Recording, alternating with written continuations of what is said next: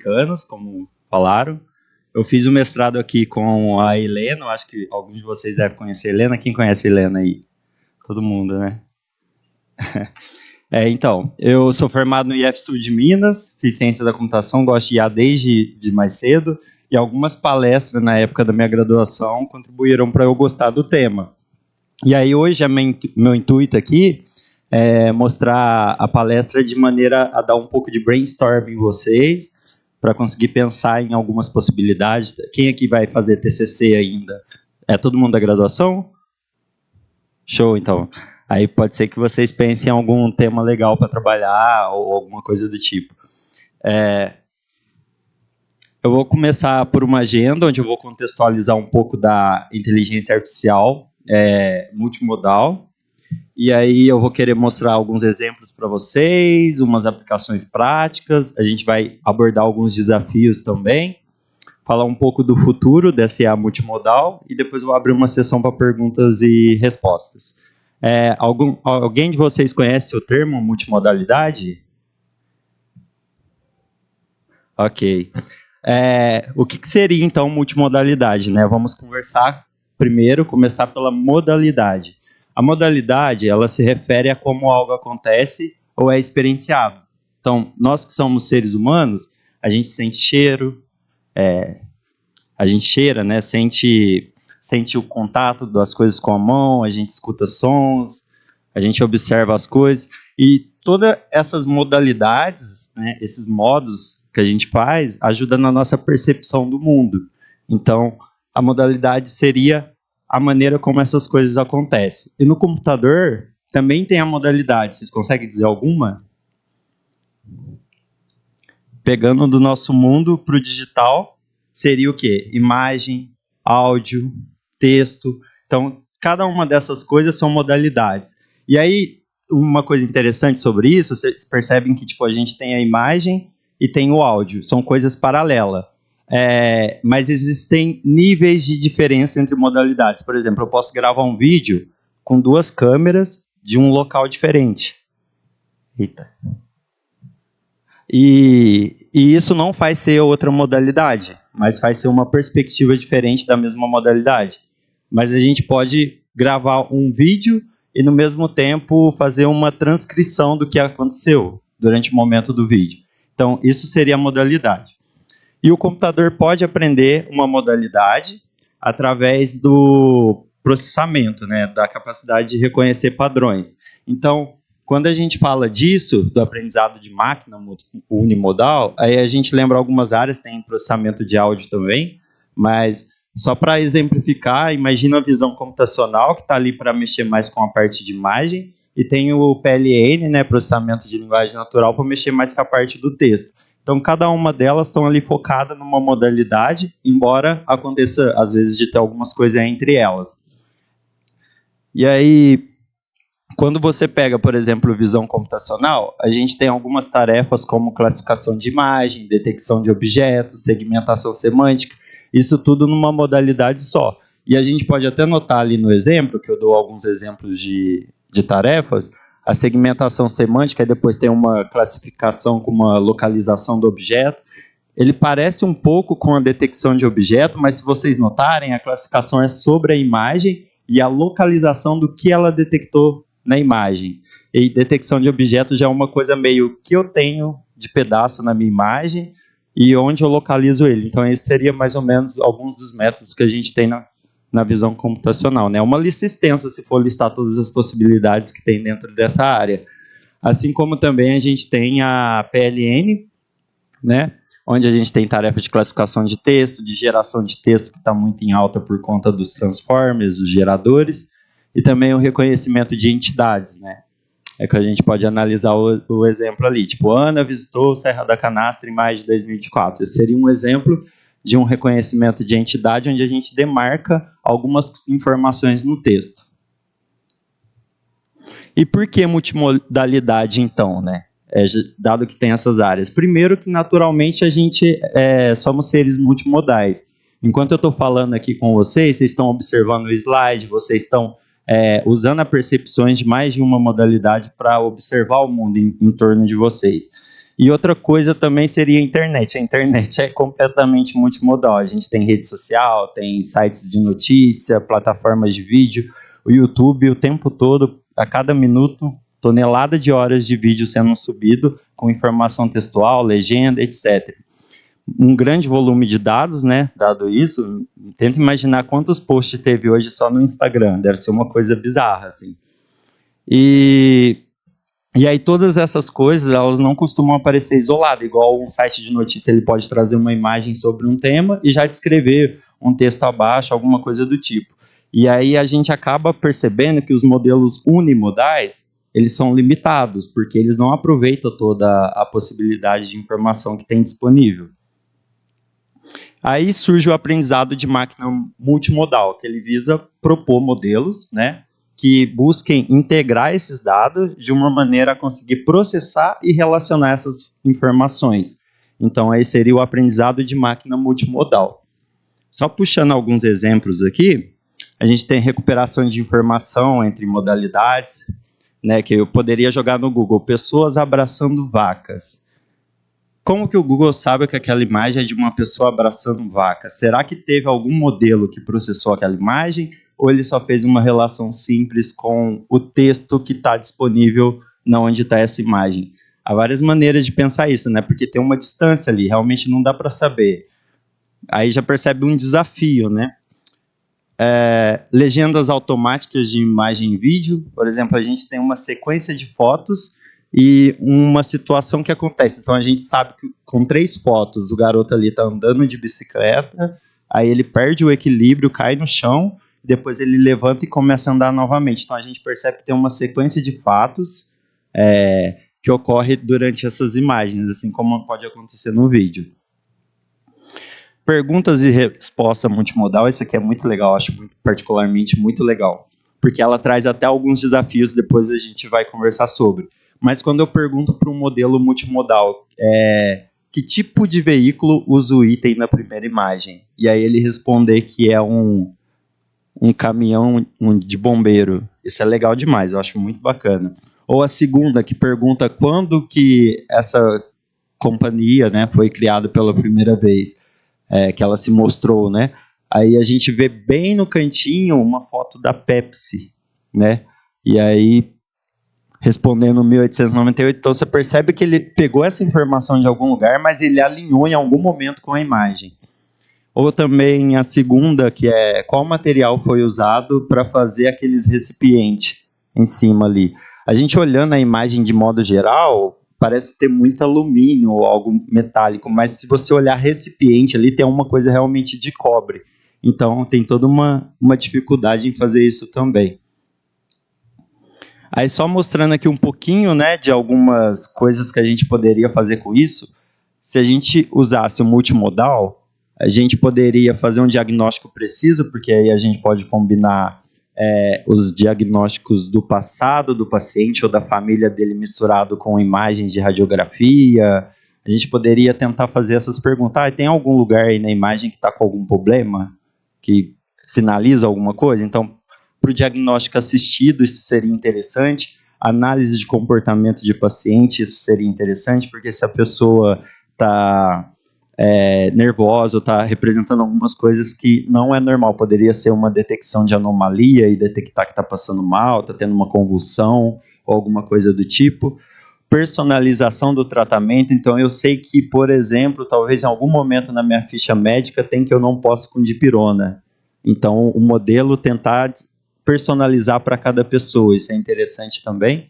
E telemedicina, que seria, hoje está aumentando bastante, que é você ser atendido por um doutor da sua casa, via webcam e tudo mais. E talvez isso pode levantar coisas que a própria pessoa ali não consegue perceber, né? Porque a IA faz essas relações. Ou também nas indústrias, né, onde a gente pode fazer manutenção preventiva. Eu acho que a TAM, eu já ouvi alguém comentar sobre isso, de usar fotos dos componentes lá dos aviões para descobrir se já tem algum defeito, ou os autônomos, né, para fazer uma navegação segura, e aí pode combinar dados de GPS, de sensor, lidar, vários outros tipos de coisa.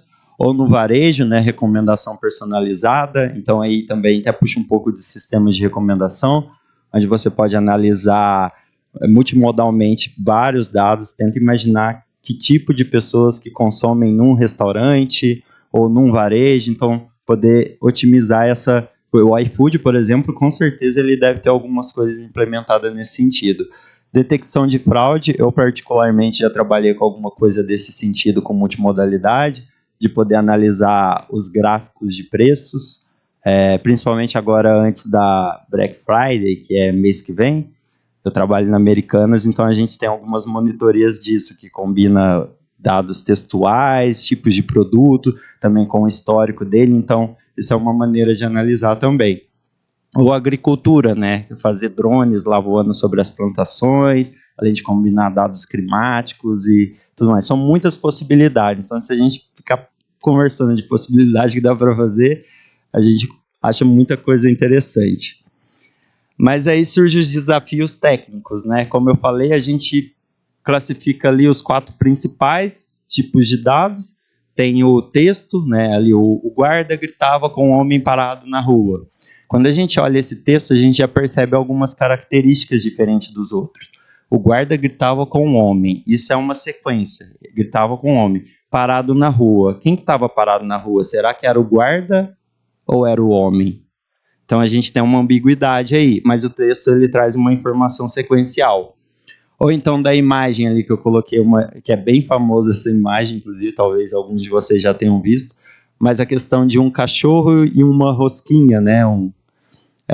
A informação espacial das cores ali, a gente sabe que não é a mesma coisa, mas para um modelo computacional a gente sabe que é um desafio. O ângulo da imagem, a iluminação, as cores, o posicionamento dos elementos na imagem. Então a gente percebe que diferente do texto, que é algo sequencial e tem ambiguidade, na imagem a gente pode ter, mas ela é um pouco atrelada a coisas espaciais.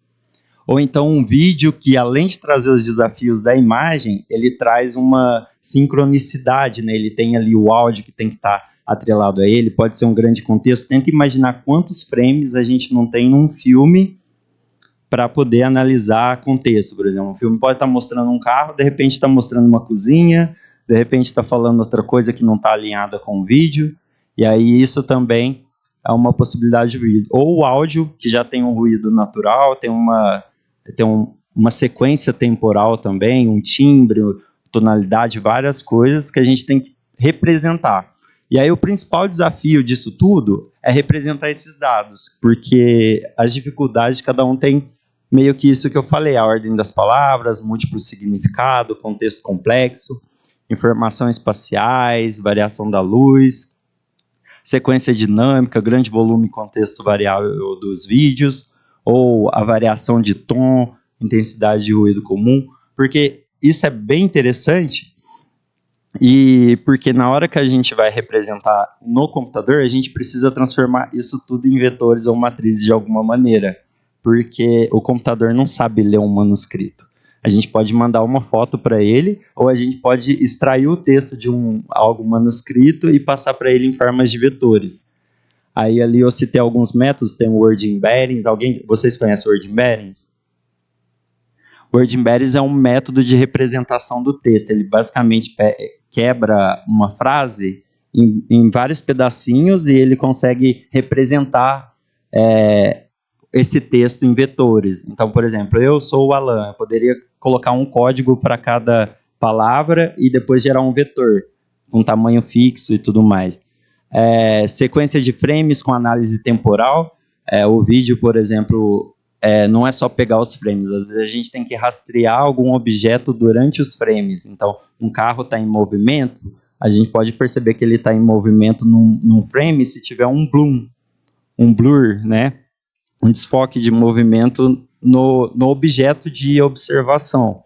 Mas, às vezes, tem coisas que a gente só vai conseguir ver se a gente ver a sequência temporal dos frames. Então, essa é uma maneira também de pensar no desafio na questão do vídeo.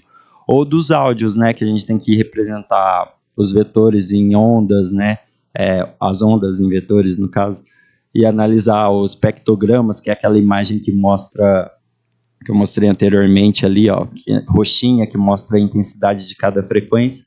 e coisas assim. E tudo isso leva a gente a uns desafios de integração. Aqui são alguns principais, tem vários artigos que discutem esse, trazem outros nomes, mas alguns aqui só para a gente pensar, tem um desafio de representação. Então a gente percebe que nem todo dado, eles são heterogêneos, não dá para só pegar e misturar e jogar no modelo. Por exemplo, ali tem um exemplo de uma sala de jantar amarela, e aí a gente tem alguns cubinhos, uns quadrados verdes, né, demarcado algumas relações no texto e na imagem, algumas informações que estão no texto, mas não estão na imagem, ou que estão na imagem e não estão no texto. E aí, o primeiro desafio seria representar isso de uma maneira conjunta ou até coordenada num espaço. E aí pode ser em embeddings, transformando em vetor, tudo mais. E aí depois vem esse do alinhamento, que é como que a gente consegue alinhar as informações. Por exemplo, eu escrevo um texto, eu sou o Alan, e falo um áudio, eu sou o Alan. Como que eu alinho Alan com a parte exata do áudio? Como que eu alinho uma letra com a parte exata do áudio? Então, todos aqueles desafios que a gente observa no tipo de dado, a gente traz para integração. A gente tem que lidar com isso na integração. Raciocínio é bem interessante e é mais recente, tem a ver com a IA generativa, mas imagina que tem uma foto com 5 pessoas... Eita! Uma foto com 5 pessoas, deixa eu clicar de novo. Uma foto com 5 pessoas e eu mando para o modelo assim, quantas pessoas tem na foto? Não é só identificar a pessoa na foto, não é só alinhar, então tem um raciocínio de contar um objeto. O GPT, por exemplo, faz algumas coisas disso. De geração, como que eu consigo, dado um texto, gerar uma imagem que funciona corretamente? Ou vice-versa, porque às vezes uma imagem tem 1 milhão de descrição diferente, e o texto pode ter 1 milhão de imagens diferentes, então muda dependendo da perspectiva da pessoa que está fazendo. Transferência seria um desafio de tentar pegar algo e transferir para outra modalidade. Então, eu posso fazer um modelo que está aprendendo algo e eu tenho escassez de uma certa modalidade, eu consigo fazer com que ele aprenda na outra, porque eu já tenho algumas relações ali. Aí aqui, só para não deixar vocês meio perdidos, né, porque eu falo de integração, eu trouxe aqui um modelinho que eu fiz na época do mestrado, que é de classificação, não tem muito a ver com IA generativa, mas aqui dá para a gente ver um pouquinho da representação e alinhamento. Basicamente, o produto tem título e descrição e uma imagem. Imagina um produto num e-commerce.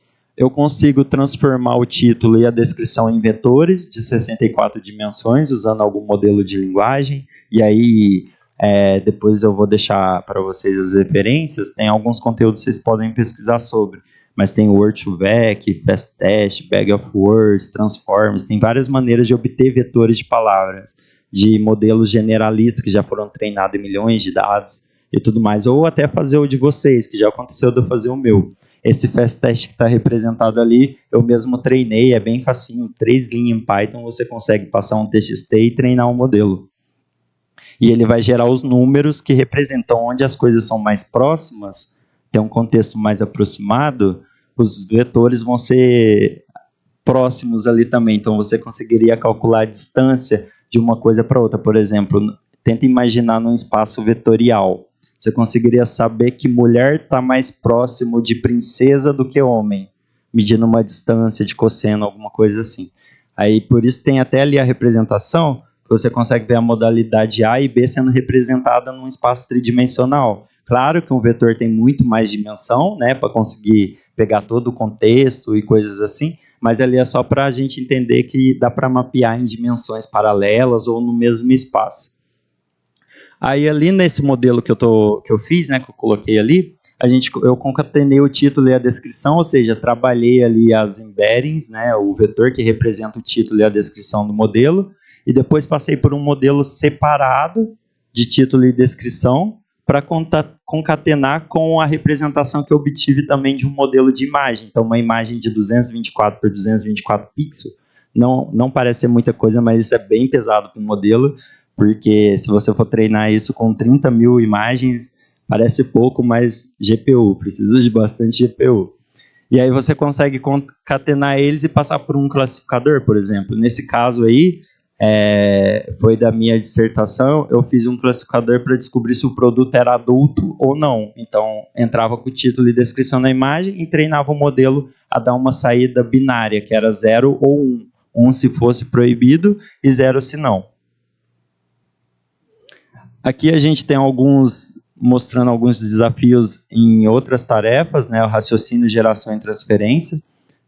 Tá bugado o slide ali, mas naquela imagem de cima, basicamente pegando uma imagem, poderia ser de qualquer dimensão, passando por uma rede neural, diminuindo o tamanho e saindo do outro lado para uma outra imagem. Então, eu poderia treinar um modelo a representar, naquele quadradinho azul menor, aquela imagem num espaço latente, uma coisa menor ali. Poderia ser um vetor de 10 dimensões, 15 dimensões. E depois fazer o caminho reverso. Se eu ensinei treino para IA diminuir o tamanho, depois eu treino para ela aumentar até voltar na imagem original. Poderia treinar uma maneira de fazer compactação de imagens, ou teria outras tarefas. Eu poderia, dado uma imagem, ensinar ele a trocar a cor na saída. Ali tem um exemplo do de baixo com o doguinho. Ele pega o cachorro, a imagem do cachorro, e poderia fazer um encoder, que é representar a imagem de alguma maneira diferente, tipo um vetor de características. Aí tem CNN, tem Path Embedding, tem várias outras coisas ali para transformar a imagem. Passar por algum modelo de atenção, ou poderia juntar com o texto, e depois decidir que tarefa eu quero, né? Tem ali dos objetivos de pré-treino, poderia só para fazer a mesma imagem, poderia cortar alguns pedaços da imagem e ensinar ele a reconstruir ela no final, dada a minha descrição. Então, a gente vê que se mexer nos dados, alterando pouquíssimo essas arquiteturas, a gente conseguiria fazer tarefas diferentes. Eu poderia treinar um modelo, dada aquela imagem, escrever um texto, o cachorro vai ser azul, e a saída do modelo ser a imagem do cachorro azul. E aí, toda vez que eu descrever aquilo, dada a imagem, a saída vai ser um cachorro azul. E fazer isso com vários dados até que o modelo aprenda. Aí que vem alguns custos, né? Escalabilidade e eficiência computacional. Por exemplo, usar a inteligência artificial em carros é muito complexo, porque precisa analisar em tempo real, 30 FPS por segundo, analisar todo o sensor, tomar decisões rápido, e é muito custoso esses algoritmos. Então, é uma dificuldade. Computação de borda, não sei se vocês conhecem esse termo, mas é sobre IoT, é muito presente, que é você conseguir processar alguns dados ali mesmo, descentralizar o processamento, ao invés de mandar para um servidor central. Então, não é o servidor que vai analisar o meu dado, eu poderia analisar alguns dados ali e já mandar algo para o servidor. Vamos imaginar numa geladeira multimodal, que tem uma câmera e tem as informações de quando eu coloquei os alimentos. Então, ela poderia estar observando o alimento a cada dia e falando, vai perder ou não vai perder, baseado nas informações textuais e na imagem do lado de dentro. Já tem geladeira que faz isso. Alto consumo de memória, porque para treinar esses modelos, a imagem é muito pesada quando você vai treinar. O modelo menor que eu consegui fazer multimodal hoje, eu usei cerca de 35 mil imagens. Eu precisava de uma GPU de 32 GB de RAM, para vocês terem ideia, misturando com embedding de texto. Então, além do consumo de memória de GPU e memória do sistema, ainda precisa de GPUs boas, e isso tem um custo energético muito grande. E paralelismo também, porque imagina eu escalar isso para 1.000 pessoas usando no mesmo tempo. Não é uma máquina com uma GPU que vai dar conta. Então, eu preciso pensar nisso também. Aqui só um exemplo, esse aqui foi complicado. Qualidade e disponibilidade dos dados.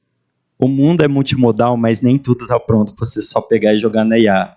Inclusive, é um dos pontos que eu defendo, que quanto mais você trabalha nos dados, menos complicações você vai ter para trocar de arquitetura ou mexer no seu modelo. Porque tem assim, algumas coisas que eu vejo, algumas percepções, que o pessoal trabalha muito tentando trocar modelo, mas esquece de tentar dar uma analisada maior nos dados. Ainda mais nesse mundo multimodal, tem várias maneiras que a gente pode integrar esses dados. Às vezes cortar, arrancar um vetor de características, tentar ver se está balanceado e coisas do tipo. E aqui só um exemplo, foi até do meu mestrado na época, o tanto de produto que eu precisei rotular para fazer. O negócio foi cerca de 30 mil, mais ou menos, e aí depois que eu percebi que eu precisava de mais dados ainda. Imagina ter que olhar imagens, várias imagens, olhar vários textos e ficar rotulando. É uma tarefa muito árdua. Então, além de ruído e ter muita dificuldade de conseguir esses dados processados, ainda pode acontecer de ter viés. Porque olha a variabilidade. Se eu estiver fazendo um modelo de classificar roupa, então, que tanto de dado seria legal eu ter, ou que tipo de dado ajuda ou atrapalha o meu classificador? Levando em consideração a imagem, ainda tem a questão textual. Alguns desafios éticos, privacidade e segurança de dados. Essa daqui é bem complicada mesmo, porque você vai pegar dado multimodal, vamos supor que eu pego o vídeo do YouTube. Ninguém sabe o que está sendo falado, e pela quantidade de dados que a gente precisa, muito pouco provável que alguém vai analisar com cautela e ver se tem algum dado sensível vazando. Aí depois acontece de, sei lá, algum modelo tipo GPT gerar suas informações pessoais todas lá. Porque pegaram de algum site, não sabia que era permitido. Então, proteger as informações sensíveis. A gente pode anonimizar os dados, tampar um rosto de uma pessoa, porque como a gente aplica, imagina um sistema de segurança de entrada de condomínio. Dependendo da maneira que é aplicada, a gente pode revelar comportamentos que a pessoa não quis. Quando ela entra, quando ela sai, quando ela faz não sei o quê, quanto tempo ela fica fora. Então, isso tem uma importância muito grande, ainda mais por não ter uma regulamentação muito certa, a não ser a LGPD, por questões da IA desenvolver muito rápido. A IA desenvolve muito rápido e é probabilística, ninguém sabe, e aí fica naquela dificuldade de falar, meu Deus, deu errado, quem é o responsável? Quem desenvolveu, quem vendeu ou quem usou? Então tem muito esse problema na privacidade. Viés e discriminação, conjunto de dados mais representativo. Aí eu trouxe até um exemplo aqui, isso daqui no GPT, eu tirei, foi antes de ontem, para colocar no slide. Eu pedi para ele fazer uma imagem de casa do Nordeste e uma da casa do Sul. Por que ele acha que a casa do Nordeste é representada dessa maneira? Tipo, todas as casas do Nordeste são assim? Cadê as praias? Ele poderia ter feito uma casa mostrando algo mais interessante, mas por que ele resolveu fazer algo mostrando um lugar árido, simples, estereótipos? Então, às vezes a gente pode acabar pegando isso nos dados, e tem que observar isso. Ou do Sul ali, né? Baseou em europeu, então ele pega muito generalizações que às vezes não faz sentido, e aí algumas minorias podem simplesmente sofrer com isso. Resume, GPT, resume. Transparência e explicabilidade de deepfake, que são alguns desafios éticos também. Imagina um modelo, sendo generativo ou não, mas sendo multimodal, num ambiente jurídico e ele toma alguma decisão. E aí ninguém consegue explicar por que ele tomou aquela decisão. A gente sabe que o modelo convergiu ali, ele tem uma probabilidade, e aí ele diz algo que pode penalizar alguém, ou que pode ser injusto com alguém, e como que explica isso? Então, esse é um dos desafios da multimodalidade, tentar buscar modelos cada vez mais, que tenha mais transparência. Então, a gente entender muitos dados antes de fazer uma solução, ajuda já a gente entender alguns vieses também, que pode ajudar na explicabilidade. Mas em si, dentro do modelo, ninguém sabe o que está acontecendo, né? O deepfake, né, que eu peguei um exemplo ali, até um pouco mais antigo, mas todo mundo sabe que tem vários memes engraçados aí, principalmente políticos, né, de deepfake, que é você poderia pegar simplesmente uma imagem de alguém e fazer um vídeo dela falando algo que ela não fez. Isso é um impacto muito grande, pode fazer fake news, pode causar um monte de problemas por aí, né? Mas o que ainda precisa ser resolvido, né, na multimodalidade? A gente precisa melhorar a eficiência desses modelos, porque, igual eu falei, é muito difícil de você treinar e rodar ele em qualquer lugar. tem que tornar eles escaláveis e acessíveis. Aí tem a quantitização, que é um negócio bem legal, que meio que você treina o modelo com hora para poder rodar num dispositivo celular, por exemplo. Hoje em dia você consegue rodar um modelo generativo, tipo um Llama, no celular. Você consegue rodar, tem modelo aí que pesa menos de 4 GB de RAM. E você consegue rodar offline no seu celular, você pode usar para algumas coisas. Mas mesmo assim é um desafio, porque eu estou falando só de modelo textual, mas fazer um modelo multimodal, que tenha vídeo, imagem ou áudio, isso é complexo.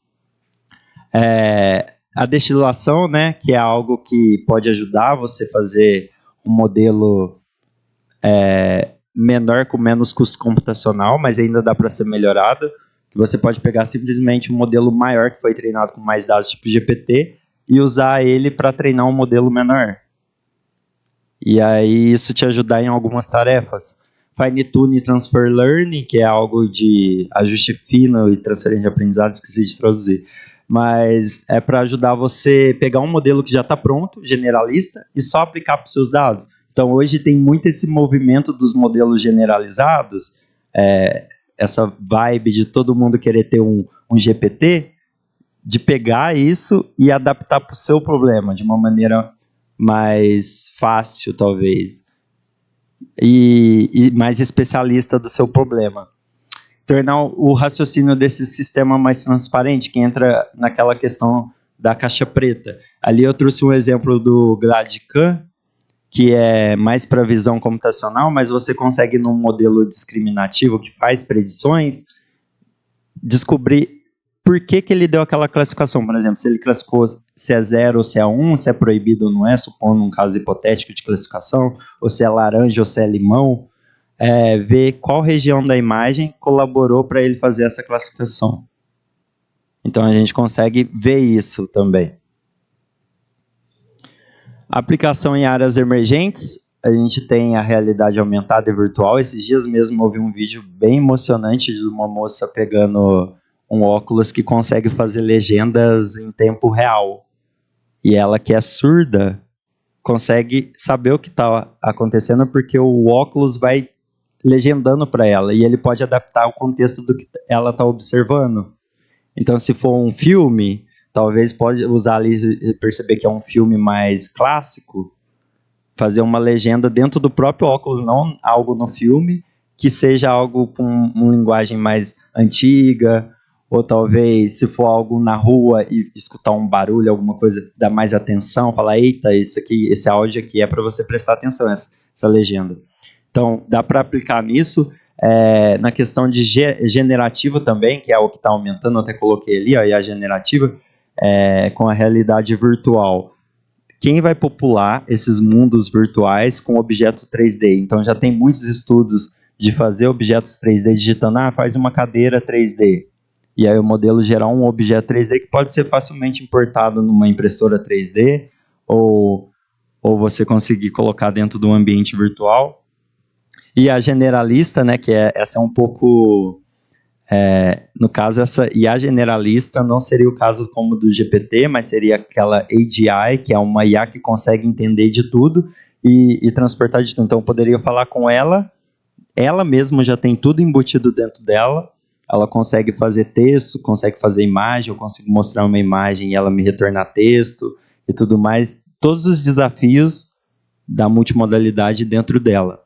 Sistema de recomendações, né, dá para colocar muito mais multimodalidade. Imagina se a gente tem uma moto e essa moto coleta todos os dados do percurso que eu faço, junto com as coisas de clima e outras informações da própria moto. E isso pode, talvez, falar, você precisa ir num borracheiro porque a eficiência da moto, dado um histórico, perdeu, ou tem alguma coisa do tipo. Dá para fazer um monte de brinquedinhos, assim, usando IA generativa e multimodal. Impacto social, esse é um tema muito, eu acho que até polêmico para IA multimodal, junto com a generalista, porque hoje muito falam-se de aplicações desse método, mas não mede o impacto das coisas. Então, tem um boom muito grande de IA multimodal, fazendo vídeo, fazendo música, fazendo áudio, mas por que elas não estão sendo aplicadas em trabalhos que realmente vale a pena? Tirar o esforço físico que a gente tem para fazer rótulo, tirar o esforço físico que a gente tem para, sei lá, levantar um brócolis, alguma coisa nesse sentido, e deixar o que faz a gente ser humano, como fazer música, fazer imagens, para a gente que é humano. Então, você pode ver que a IA parece que ela está tentando pegar algumas coisas da humanidade também.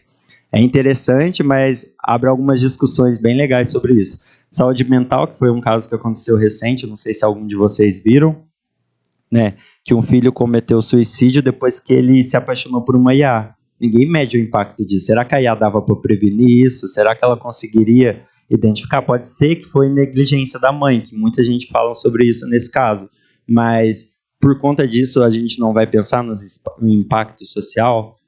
Então é bem interessante olhar isso também. E é isso. Alguma dúvida? Se tiverem alguma ideia, é só compartilhar.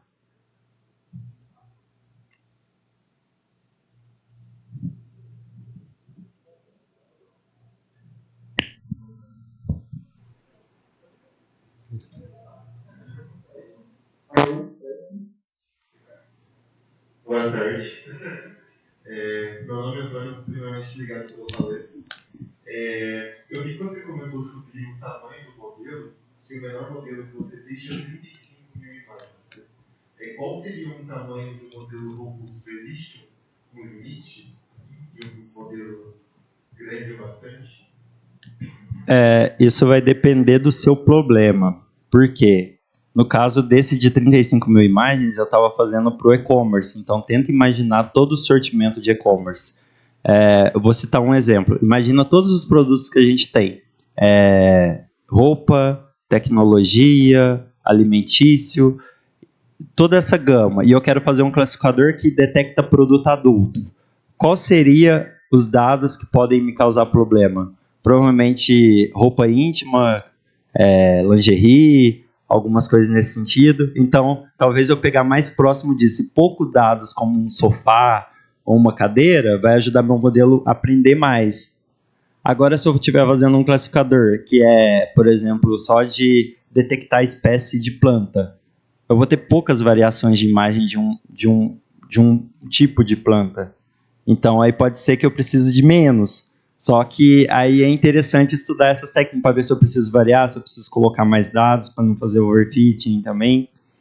Então, isso depende muito e por isso que o foco meu que eu trouxe aqui era meio mostrar os desafios para a gente ter mais aquela visão de deixa eu ver o que os meus dados precisam, o que eles me contam primeiro, antes de eu sair pensando em quantas imagens eu quero ou qual o meu modelo que eu vou utilizar.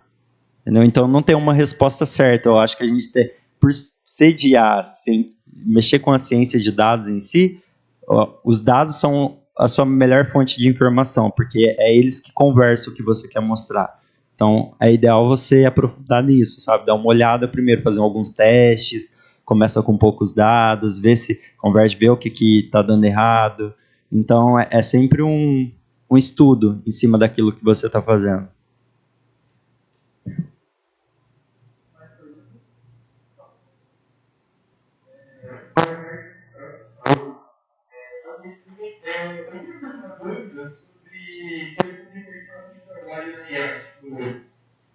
Você acha que no mercado, conforme o certo tem que ter necessidade de mais pessoas, é fácil de.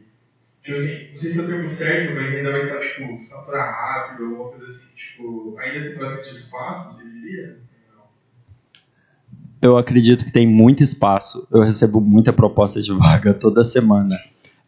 Talvez seja uma área difícil para entrada, porque o mercado de trabalho ele é muito complicado. Ele já quer que você entre sabendo 5 anos de GPT e você vai fazer um modelo para eles, então é bem complicado, porque de fato, às vezes nem as empresas sabem o que fazer. Eles não sabem o que eles precisam. Então, já aconteceu eu mesmo no meu próprio trabalho, deles quererem matar formiga com canhão. Vamos usar GPT, alguma coisa assim. Não, só fazer uma análise estatística já resolve o problema. Então, Eu acho que tem muito disso de você construir um portfólio, conseguir chamar atenção para você conseguir entrar. Mas, de fato, vaga tem para pessoas capacitadas, só que realmente tem uma saturação do nível mais básico ali. Então, por exemplo, eu estava conversando com um amigo esses dias sobre emprego de Python, normal. Ele falando, eu não consigo uma vaga. Você vai olhar as de júnior, 1.000, 2.000, 3.000. E aí você vai olhar as vagas que realmente você tem chance, eles pedem experiência. Por quê? Tem muita gente fazendo cursinho de uma semana e falando que sabe Python. Então, o recrutador ele não quer perder tempo com 2.000 entrevistando 3.000 pessoas.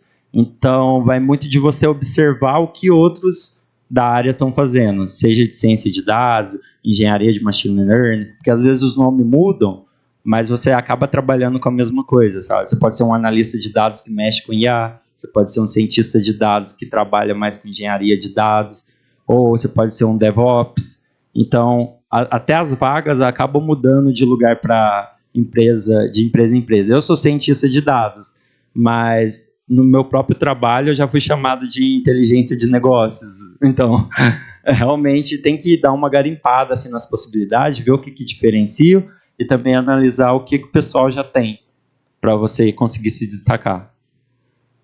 Vaga tem, só precisa passar os que estão ali na superfície.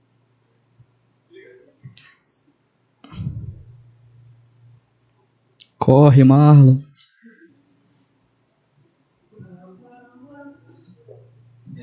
Boa tarde. Na verdade, eu tenho duas perguntas. A primeira é sobre... Você comentou um pouco, há um pouco tempo atrás, sobre IA generalista. E eu queria entender qual que é a diferença entre a IA generalista e a generativa, porque você falou que a generalista é realmente todo esse processo de multimodalidade, pelo menos os 4 campos principais que você falou, só que hoje o GPT meio que faz isso, de certa forma, pelo menos você consegue enviar fotos para ele conseguir interpretar e botar no texto, ou acho que até as versões mais novas eles conseguem tornar imagem, mas não tenho certeza. E ver qual que é a pergunta é meio que essa diferença. E a segunda é, você estava falando sobre o mercado de trabalho agora, nessa última pergunta, e uma coisa que eu estava muito interessado em entender, porque o pessoal sempre fala agora das LLMs, que hoje está na moda, né? Porém, o estado da arte ele é privado, né? Então, o ChatGPT, aqui no Brasil, a Maritac AI, o Yaml, de certa forma também, você não consegue, não existem muitas possibilidades open source, ou até consigo pensar em recursos para se estudar tamanhas complexidades, redes neurais complexas assim. Você tem alguma recomendação também, ou alguma coisa a falar sobre? Obrigado. Então, sobre a IA generalista, né? Tem uma diferença, porque o GPT, por exemplo, ele é generalista porque ele é treinado com dados sobre várias coisas. Generalista no contexto treinado com vários documentos de diferentes áreas. A IA generalista que eu comento ali é uma IA que consiga integrar tudo nativamente. Então, ela entende tanto imagem, texto e áudio numa representação dentro dela. O GPT mesmo, por exemplo, ele não compreende áudio. Tem uma etapa, tem um mecanismo antes que pega o áudio, converte aquilo e passa para o modelo. Então, a IA generativa, ela tem todos aqueles desafios dentro dele. Então, é um generalista diferente, entendeu? Não é o mesmo generalista de conteúdo. E sobre a segunda pergunta, realmente, isso é uma das coisas que eu não coloquei ali, mas grandes empresas treinam modelos que eles têm potência de fazer tudo e meio que escravizam a gente nos serviços deles, né? O que está acontecendo hoje é que esses modelos generalistas, esses modelos maiores, eles estão perdendo vez para os modelos mais específicos. Então, apesar de ter o Llama ali, igual você falou, o Llama é fechado, agora ele está aberto, você já consegue usar ele, só assinar um termo, a licença dele é aberto, comercial, Você consegue usar ele se você tiver até 700 milhões de clientes, alguma coisa assim. Então, hoje, meio que qualquer pessoa pode pegar o Llama e usar. Para estudar isso, você pode estudar o generalista também, você pode buscar outras fontes de tentar rodar essas coisas, mas o foco, assim, o que eu percebo é que o pessoal está indo pro específico, porque o GPT ou qualquer outro modelo, eles são uma grande compactação da internet, que simula a conversação humana, mas falta muito a profundidade de um sistema especialista. Então é muito melhor você ter um modelo ali para classificar talvez só para a área da psicologia, por exemplo. Imagina um modelo que só entende psicologia. Eu poderia pegar todo o conhecimento de conversação de um modelo generalista, mas otimizar ele só para ser psicólogo. E a tendência é que cada vez mais a gente tenha módulos específicos juntando em um orquestrador generalista, alguma coisa desse sentido, para ele conseguir fazer algo mais profundo, que é até o novo GPT, eu acho que, não sei se algum de vocês chegou a usar, que ele faz uma cadeia de pensamento, ele divide cada etapa em agentes separados. Então já é uma tentativa, vou fazer um código, então vou chamar um modelo especialista em código. Não, você vai tratar alguma coisa médica, então vou chamar um modelo especialista em médico, mas ainda são modelos de linguagem. Então, a IA generalista mesmo, ainda falta coisa, sabe? Muita coisa.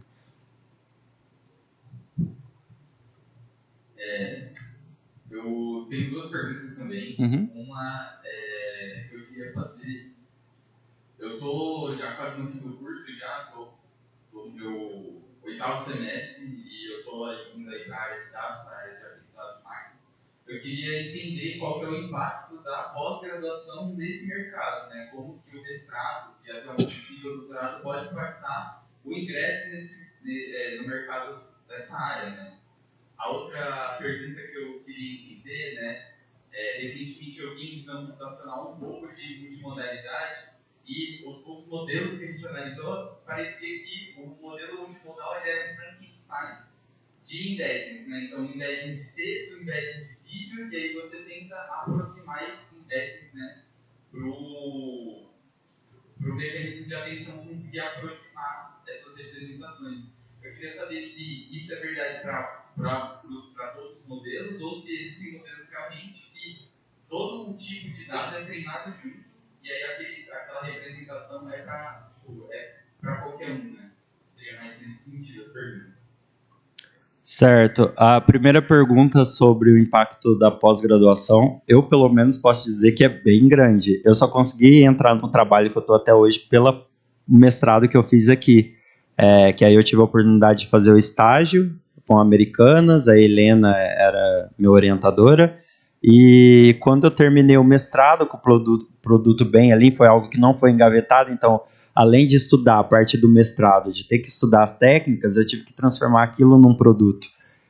Porque eles tiveram que usar isso, eles queriam resolver um problema. Então, entendendo como foi fazer isso como um produto e tudo mais, eles me contrataram no final. Tinha uma vaga que meio que eu construí da carreira da pós-graduação. Então, eu tive a oportunidade de me exibir também, né, de me expor com um mestrado. Mas, exatamente esses problemas mais complexos de empresa, geralmente eles vão na faculdade buscar. Então, eu, mesmo não estando na UFSCar, às vezes eu vejo alguns projetos sendo abertos com proposta de bolsa e coisa do tipo. Então, isso já é uma maneira de você conseguir fazer a sua pesquisa, né, porque aí você ganha recursos computacionais, porque eu só consegui treinar meus modelos com a ajuda de custo da Americanas, então eles colocavam lá máquina para mim, colocava... não, eu preciso de tal dado, aqui a gente vai mandar um zip para você. Então, realmente tem um impacto muito positivo do que você não tá e tentar entrar. Então, vai acabar sendo de recomendação de outras empresas e coisas desse sentido. Agora, a sua segunda... Responde? Agora, a sua segunda pergunta sobre o multimodal ser um grande Frankenstein, essa é a questão. Que aí tem uns desafios, se você estudar ele mais a fundo, você vai perceber que depende muito da sua aplicação. Vou dar um exemplo. Fazer um modelo que gera música multimodal. Ele com certeza precisa levar tempo em consideração. Então, como que a gente modela isso nos dados? Eu vou pegar e definir tempo para cada dado, ensinar ele, fortificar ele sair tempo para cada dado, então tem um alinhamento ali, pode ser explícito ou implícito dentro do modelo. E a ideia de só jogar tudo dentro do modelo multimodal e fazer relações, ele vai aprendendo pela estatística mesmo. Então, se uma coisa parece muito próxima de outra, o modelo vai criando essas relações. Então, é um jeito meio que, tipo assim, vou classificar pelo texto ou pela imagem, mas vou jogar tudo no modelo e vai ser uma classificação. E na ausência de uma, como é que faz? Como que a gente lida? Então, são desafios mesmo, e nem todos os modelos são assim, aí por isso depende dos seus dados. Vou citar um exemplo, eu já fiz um modelo multimodal para detecção de fraude. Detecção de fraude, se você pegar um produto, ele tem um histórico de preço. Não é algo que eu só posso pegar e jogar, eu tenho que entender se eu vou analisar o histórico de preço de 10 dias, é diferente de eu analisar o histórico de preço de 30 dias. E eu preciso dizer para o modelo que esses 10 dias, alinhando com outros 30 que você aprendeu, eu tenho esses espaços em branco. Então não é só jogar, tem uma etapa de pré-processamento também muito importante antes de treinar um modelo multimodal, alguma coisa nesse sentido. Então é sempre bom buscar no seu problema, tentar entender o caminho reverso para você conseguir chegar nos dados, porque às vezes você vai mudar a representação. O texto é um exemplo. Será que compensa mandar com as preposição? Será que eu consigo fazer um dicionário de 50 palavras importantes e aí todo texto que vem eu só extraio se tem ou não aquelas palavras? Posso fazer um dicionário? Então, vai muito dessa modelagem de problema também, sabe? Na hora de você construir a solução. E você vai aprendendo isso experimentando, porque tem muito modelo, muito tipo de problema. Eu mesmo, na época que eu fiz teve um outro classificador que eu usei um modelo de embeddings lá, fiz um teste simples. Falei assim, eu vou pegar 10 produtos que são similares. Por exemplo, eu sei que geladeira está mais próximo de fogão do que de cama. Na cozinha ali, estão mais próximo do que de cama. E aí eu fiz um teste e falei, vou separar grupo de similares, não similares e outros nada a ver.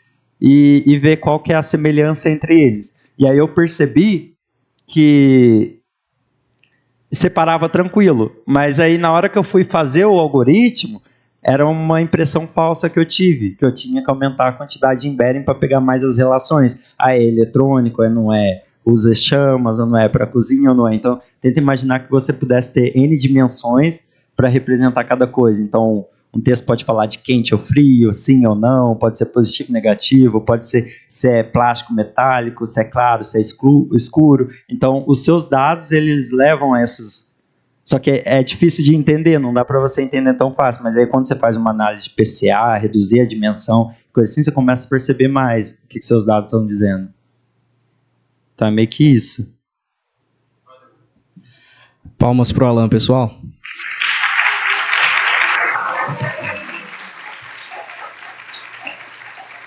Quem quiser...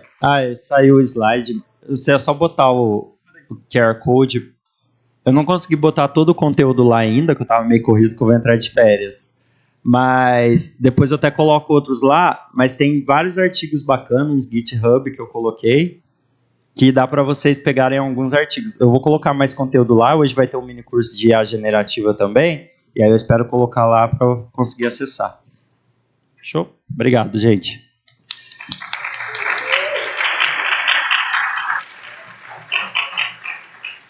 Muito obrigado, Alan, por estar aqui presente com sua palestra. Palestra muito envolvente, um tema muito atual. Muito obrigado de verdade.